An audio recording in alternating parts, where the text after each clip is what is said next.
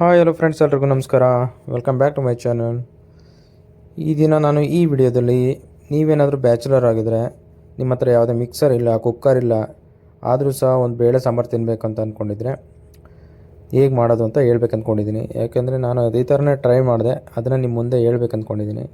ಇದಕ್ಕೆ ಬೇಕಾಗಿರೋದು ನಿಮ್ಮ ಹತ್ರ ಟೊಮೊಟೊ ಬೇಕು, ಈರುಳ್ಳಿ ಬೇಕು, ಮತ್ತು ಕ್ಯಾರೆಟ್ ಇದ್ದರೂ ಓಕೆ, ಮತ್ತು ಹಾಗೆ ಬೆಳ್ಳುಳ್ಳಿ ಬೇಕು, ಮತ್ತು ಬೇಳೆ ಕೂಡ ಬೇಕು. ಸ್ವಲ್ಪ ನಿಮ್ಗೆ ಎಷ್ಟು ಬೇಕೋ ಅಷ್ಟು ಬೇಳೆ, ಆ ಬೇಳೆನ ಬೇಯಿಸ್ಕೋಬೇಕು ಚೆನ್ನಾಗಿ. ನಾನು ಒಂದಿನ ಮುಂಚೆನೇ ನೀರಲ್ಲಿ ನೆನೆ ಅಂದರೆ ಒಂದು 8 ಅವರ್ಸು ನೀರಲ್ಲೇ ಡಿಪ್ ಮಾಡಿದೆ. ಯಾಕಂದರೆ ನನ್ನ ಕಡೆ ಕುಕ್ಕರ್ ಇಲ್ವಲ್ಲ, ಹಾಗಾಗಿ ನೀವು ಕೂಡ ಹಾಗೆ ಮಾಡಿ.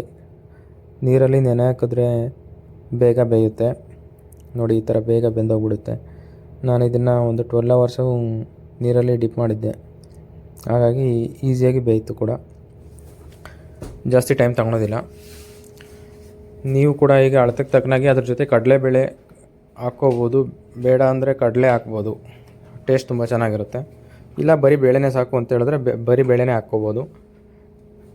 ಬೇಳೆ ಚೆನ್ನಾಗಿ ಬೇಯ್ತಾ ಇದೆ. ಅದ್ರ ಜೊತೆ ನಾನು ಚಿಕ್ಕದಾಗಿ ಕಟ್ ಮಾಡಿರುತ್ತೆ ಕ್ಯಾರೆಟ್ ಪೀಸೆಲ್ಲ ಹಾಕಿದೆ. ನೀವು ಬೀನ್ಸ್ ಇದ್ದರೆ ಬೀನ್ಸ್ ಕೂಡ ಹಾಕ್ಬೋದು, ಮೂಲಂಗಿ ಇದ್ದರೆ ಮೂಲಂಗಿ ಕೂಡ ಹಾಕ್ಬೋದು, ತುಂಬ ಟೇಸ್ಟ್ ಬರುತ್ತೆ. ನಾನು ಕ್ಯಾರೆಟ್ ಹಾಕಿದೆ. ಕ್ಯಾರೆಟು, ಆನಿಯನ್ ಮತ್ತು ಚಿಲ್ಲಿ ಎಲ್ಲದನ್ನೂ ಇದರಲ್ಲೇ ಹಾಕಿದೆ. ಟೊಮೊಟೊ ಈಗ ದೊಡ್ಡದಾಗಿದ್ರೇ ಏನು ತೊಂದರೆ ಇಲ್ಲ, ಯಾಕೆಂದರೆ ಅದು ಬೇಯ್ದ ಮೇಲೆ ಸ್ಮ್ಯಾಶ್ ಆಗುತ್ತೆ. ಇದರಲ್ಲಿ ಎಲ್ಲ ಮಿಕ್ಸ್ ಮಾಡಿಬಿಟ್ಟು ಇನ್ನೂ ಸ್ವಲ್ಪ ವೆಯ್ಟ್ ಮಾಡಿದೆ. ಚೆನ್ನಾಗಿ ಇದನ್ನು ಇನ್ನೂ ಸ್ವಲ್ಪ ನೀರು ಹಾಕಬೇಕು. ಜಾಸ್ತಿ ನೀರು ಹಾಕಬೇಕಂದ್ರೆ ನೀರು ಜಾಸ್ತಿ ಹಾಕ್ಕೋಬೋದು, ಇಲ್ಲಾಂದರೆ ಇಷ್ಟು ಸಾಕು, ಬೇಯಲಿಕ್ಕೆ ಎಷ್ಟು ಬೇಕೋ ಅಷ್ಟು ನೀರು ಹಾಕ್ಕೊಂಡ್ರೆ ಸಾಕು. ಇದೇ ಥರ ಚೆನ್ನಾಗಿ ಬೇಯಿಸ್ಕೊಂಡಾದ್ಮೇಲೆ ಒಗ್ಗರಣೆ ಹಾಕ್ಕೋಬೇಕಾಗುತ್ತೆ. ಒಗ್ಗರಣೆ ಹಾಕೋದಕ್ಕೆ ಏನೇನು ಐಟಮ್ ಬೇಕಂತ ನಾನು ಹೇಳ್ತೀನಿ.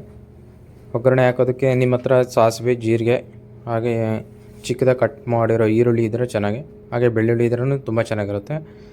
ಈರುಳ್ಳಿ ಬಂದು ಚಿಕ್ಕದಾಗಿ ಮಾಡ್ಕೊಳ್ಳಿ, ಹಾಗೆ ಬೆಳ್ಳುಳ್ಳಿ ಕೂಡ ಇದೇ ಥರ ಒಗ್ಗರಣೆ ಹಾಕ್ಕೋಬೇಕು. ಸ್ವಲ್ಪ ಬಿಸಿಯಾಗಿರೋ ಎಣ್ಣೆಗೆ ನಿಧಾನಕ್ಕೆ ಹಾಕ್ಕೊಂಬಿಡಿ. ಅದಾದ ತಕ್ಷಣ, ಒಗ್ಗರಣೆ ಆದ ತಕ್ಷಣ ಇದರಲ್ಲಿ ಬೇಯಿಸಿರ್ತೀರಲ್ವ, ಇದನ್ನೆಲ್ಲ ಕೂಡ ಇದರಲ್ಲಿ ಹಾಕ್ಬಿಡಿ. ಇದನ್ನು ಮಿಕ್ಸ್ ಮಾಡಿಬಿಟ್ಟು ಇನ್ನೂ ಸ್ವಲ್ಪ ಉಪ್ಪು ಖಾರ ಬೇಕಾದರೆ ಹಾಕ್ಕೊಳ್ಳಿ, ಹಾಗೆ ನೀರು ಬೇಕಾದ್ರೆ ಸೇರಿಸ್ಕೊಳ್ಳಿ. ಈ ವಿಡಿಯೋ ನಿಮ್ಗೆ ಇಷ್ಟ ಆಗಿರುತ್ತೆ ಅಂತ ತಿಳ್ಕೊತೀನಿ. ಮಾಡಿದ್ಮೇಲೆ ಟೇಸ್ಟ್ ಹೇಗಿತ್ತು ಅಂತ ಹೇಳ್ಬಿಟ್ಟು ಕಾಮೆಂಟ್ ಮಾಡಿ. ಮುಂದಿನ ವಿಡಿಯೋದಲ್ಲಿ ಸಿಗೋಣ. ಟಾಟಾ, ಬಾಯ್ ಬಾಯ್.